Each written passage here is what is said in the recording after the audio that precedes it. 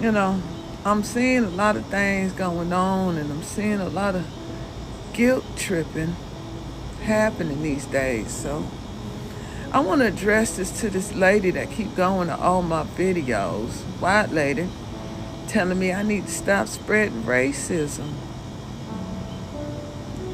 Well, that sounds like a conversation for the pot in the kettle, don't you think? Baby, mama ain't start this thing called race. Y'all people did.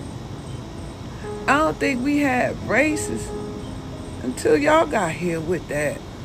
Because y'all the only ones that's in a race. Sometimes I wonder what you racing against. Maybe it's time. Baby, I'm not spreading racism. I'm just spreading truth. My truth.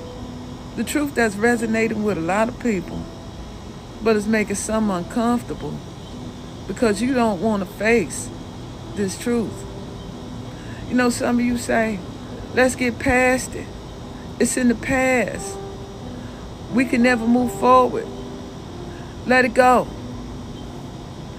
Baby, this is a wound so deep, it ain't never been healed because it has never been addressed.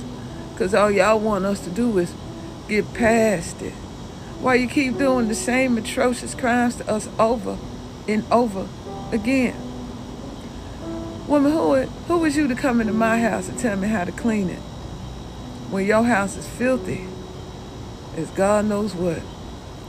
See, you so accustomed to having your way and your privilege that you think you could just walk right in here and tell me what I need to do, while you have yet to sit down at your kitchen table and do the same thing. Why you ain't go sit with your daddy, your granddaddy, and your brothers and your uncles and tell them that they need to stop racism? Your police designed to serve and protect you from us. All them police, that whole system stemmed from overseers on plantations, making sure we stay in check. You can have a white boy in the car speeding, going 500 miles an hour, and that man pull him over. That white boy get to cursing that man out. He just tip his hat and say, have a nice day. Let that be some of my babies in that car. Y'all gonna call the whole squad on out there, pull that boy out there and kill him. Why the double standard? What is it that makes you feel that we so lesser than you? What is it in your heart that makes you think that you have the privilege and the authority to come over here and tell us each and every time what we need to do, while you turn around and do things much worse and get away with it? You tell us to praise your God and we need to go to church, and same church you go in there and shoot everybody else up in. You tell us we need to bear our cross and wear it. Folks move into the wrong neighborhood, you burn that same cross on their lawn. See, I'm sorry. It don't make no sense, baby. You say we need to get over it. And we all mothers. I made a video about mom. I'll make that part 2 soon. Say we all mothers, all of us. Well, baby, when my baby girl in them hospitals, some of you white nurses in there, she says she in pain. Why y'all don't give her the medication she need to lessen her pain? That's all been reported, that black women get less medication for pain than y'all do because y'all feel that we could take it. We could take it. You're coming over here with your double standards. There's videos of y'all walking in black men and women houses and asking them, who are you and what you doing here? What gives you the right? What gives you the authority? You know, all that shit finna end, baby. It is. Now, some of y'all getting scared because your government planning wicked things. But a lot of us don't give a fuck with that government planning because they've been planning that shit since they got here. We've been suffering on the hands of that devil while you been partying along with him this whole time. But many of us know we don't care no more with your government planning. Because this earth and our ancestors got a greater plan. Y'all think about that. Mama T. Bye, babies. Let me ask you a question.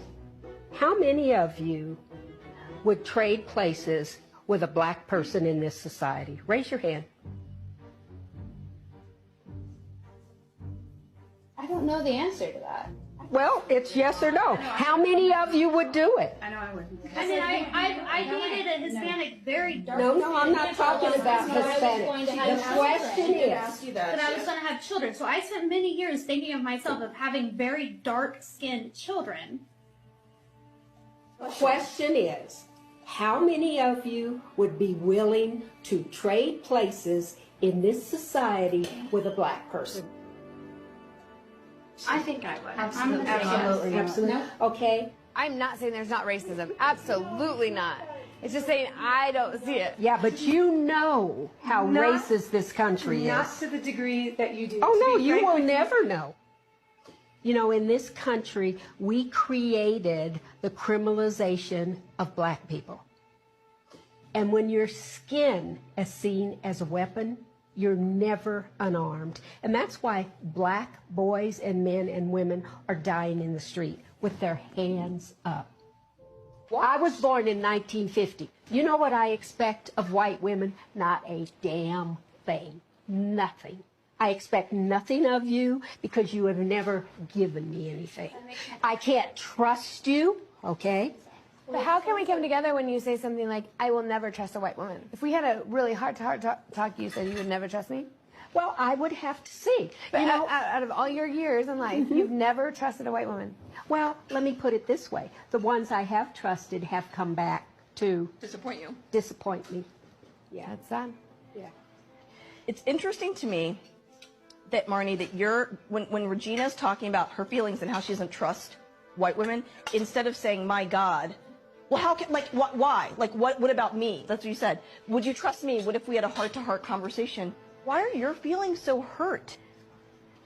Both of you, though, has been about. It's like a hate against us. Like, I feel like it's like, It's been very aggressive. that really, like, hurts me that somebody would not. But why are your feelings more important than the reality of the violence of our lives?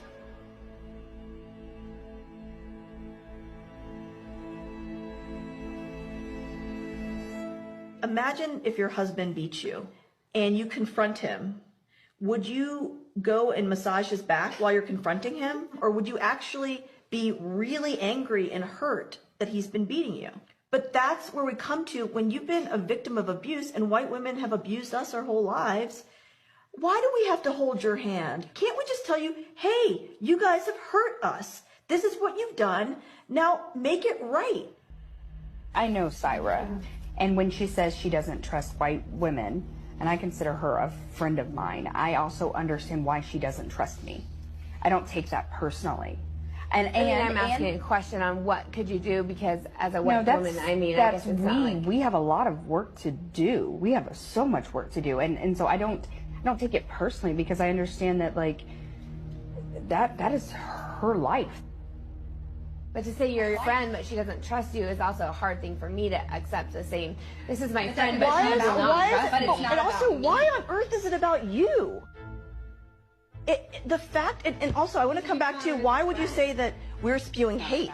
We're telling you what it's like to be us. And not everybody, you don't have to look at my color of my skin saying I'm white to not trust me. Why don't you look past that I'm white and say she's a good person? Because her entire life, we've never given her a reason to trust us. Everything is not whole white people. Not all white people are bad. Everything. Not every white person is bad. I think that part of what. I have this discussion with people that I know, friends, lawyers, everybody, and they'll say, well, Regina, you know, there are some good white people. And I'll go, well, what have the good white people been doing for the last 450 years? What have you been doing? Obviously, it's not enough, because nothing has changed.